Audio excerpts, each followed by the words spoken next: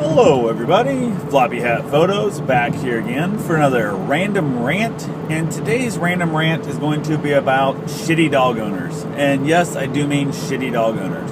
I'm not saying people who just aren't that nice to their dog or don't love their dog that much. I'm talking about actual people who are just worthless, shitty people who think owning a dog is like owning a pair of shoes or something, that it makes you a better person to say, oh yeah, I have a dog, but you never spend time with it, spend money on it, put any interest in the dog, none of that kind of stuff.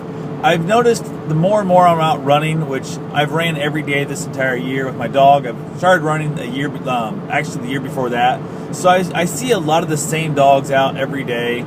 Some people have them in fenced-in yards, which I'm all right with that, but it's still not as good of a deal as having your dog inside the house with you where they want to be. Dogs are pack animals.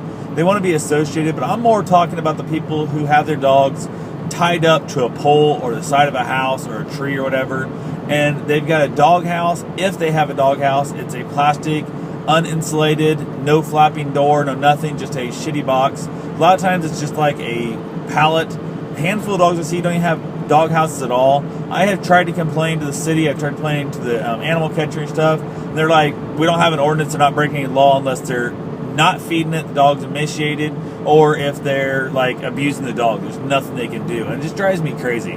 There's one dog in particular that's not that far from where I live, so I run by there quite often, and the dog is literally tied up to a like a post in the middle of the yard. It has like, would have hung like plants and stuff from it. I think there's like right 8 or 10 little arms sticking off it, but there's a dog house over there, and the dog has been given a blanket or something at some point. It's all wadded up and tied up and knotted up in the chain.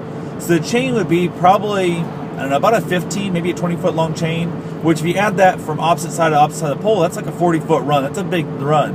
Unfortunately, they're too lazy to go out and untwist it, so now the dog's probably got about 12 feet at most of chain, but it pulls around the rest of that wadded up chain, so it's heavy for it to pull around, and it's like small Jack Russell-sized dog, so it's not like it has a lot of strength to be doing this, and the blanket's all wadded up in the damn chain, which is ridiculous. You know, at some point that ignorant ass person has said, I gave him a blanket 3 years ago, and look what he did. He's wadded up in the chain, which I don't know. I've not heard those words, but I can see it run into my head the way they're saying. So I've been by there numerous times. They're sitting out in the front yard, like on the steps there, drinking their beers, smoking their cigarettes, and just, I don't know, just looking just like shitty, dirty people that don't have a care in the world. And the dog is literally at that point 25 feet from them, and just going ballistic, just super barking, hyper, bouncing off the chain from one end to the other. And I don't think it's aggressive. I think it just doesn't know any better, because I think chains make dogs aggressive to a point, because a fence isn't quite so bad, but a fence does it too. But a chain makes them think they can get to you, but they can't. It's just kind of a pain in the ass. And there's been a couple times I've actually stopped by there, there's nobody out, and let Bruce and that dog meet, and they kind of sniff each other, and you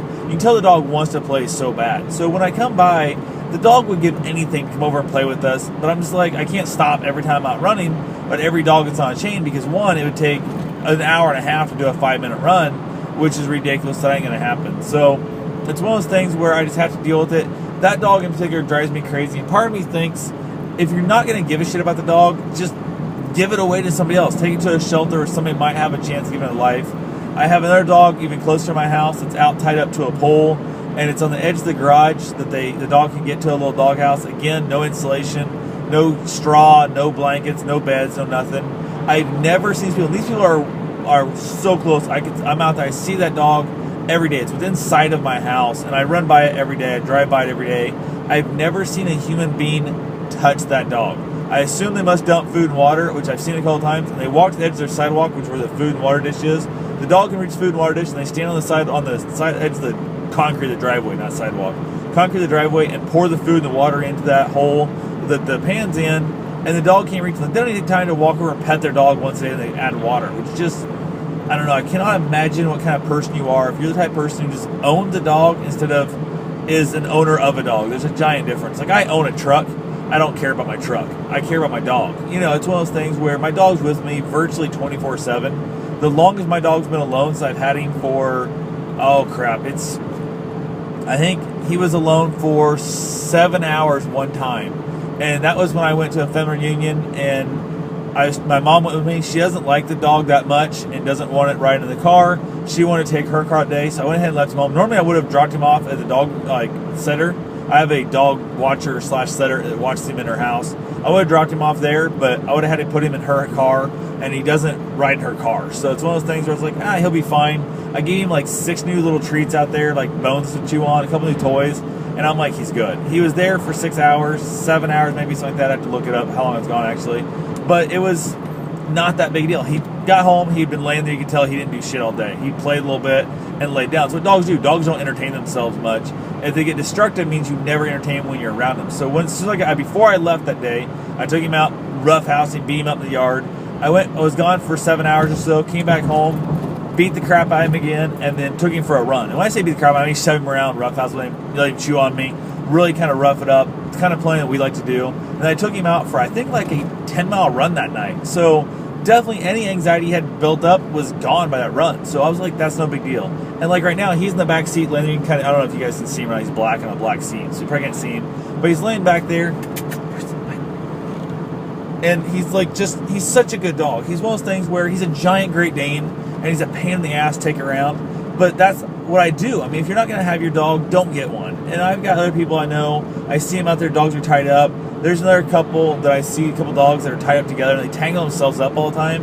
It drives me crazy. It's wintertime now, it's December, and it is 5 degrees right this moment. But it's normally like 0 right now. And no straw, no blankets, no nothing. I've been known in the past, years ago, I used to actually go buy a bunch of straw bales and just go stuff straw in dogs' houses around town. And I think this year I'm going to do that again. I think I'm going to buy some straw bales and just go stuff. I'm going to basically probably be breaking the law. I don't know if it's legal to even so stuff straw in dogs' houses, but I'm going to say to hell with it and risk getting caught, I guess, at that point. So it's definitely, I don't know, it's one of those things that just drives me batshit crazy. I leave my dog in the vehicle if I go in the store. Today I'm going up here to the store, and I'm going to drop off my planer to get returned and stuff, some tools with the plastic bag right there in the back. And I'm going to drop him off. He'll be in the truck for an hour at most.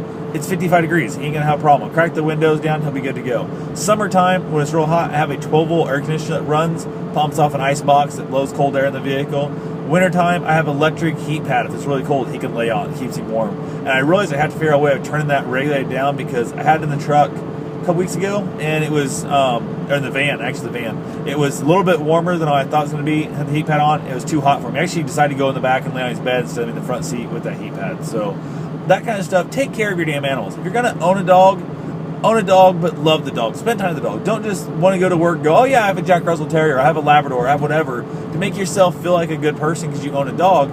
If you don't pet your dog, you don't love your dog, and if your dog's, I think all dogs should be inside dogs. I personally believe that. Now, if you have 14 dogs, and they're hunting dogs, and they're, that's what they're for. I understand there's and working dogs, you got cow dogs, different thing. I'm not trying to say that route. Like, that's a different world, but I also don't see a reason why a hunting dog can't live inside also. The one reason you couldn't, if you had like a mushing dog that's out in the cold, you can't have him in the house all the time, they're going to freeze to death and go outside. Although you can put a coat on, he has a coat. He has a cooling vest, for God's sake. When it's hot in the summer, I dump water on it, it evaporates off and keeps him cool. And it's just, I put so much time and energy and money into my dog, and I see people out there who don't give a shit about their dog, they treat them like crap, and it drives me batshit crazy. The dogs are at the end of a chain going ballistic. Other people just, I hate chains for dogs. My dog has a tether. I tie him out with a cable. That if I'm at my buddy's house, I don't trust him running off chasing squirrels, I'll tie him up too. Sometimes I've been like, I'm working on a barn for a guy, I'll take him out there, tie him to the back of the car, tie him to the third. So it's like a 30-foot cable, which is the same as a chain.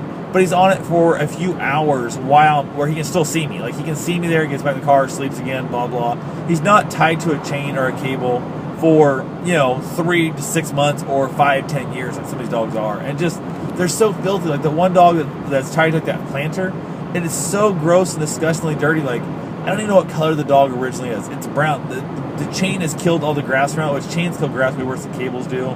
It's all chewed up. It's just, move the damn chain around if you're going to at least give the dog some grass again. This has been 2 years straight mud. It's just, I don't know, it just drives me nuts. At least concrete or just something the dog's not playing in mud all the time. It just drives me batshit crazy. So anyway, I just wanted to vent and blow off some steam here. Just shitty dog owners piss me off. So anyway, that's all I really got for right now. I will talk to you guys later. Have yourself a safe, wonderful day. And sometimes it helps to blow off a little steam and vent about stuff. So get out there and vent, I guess.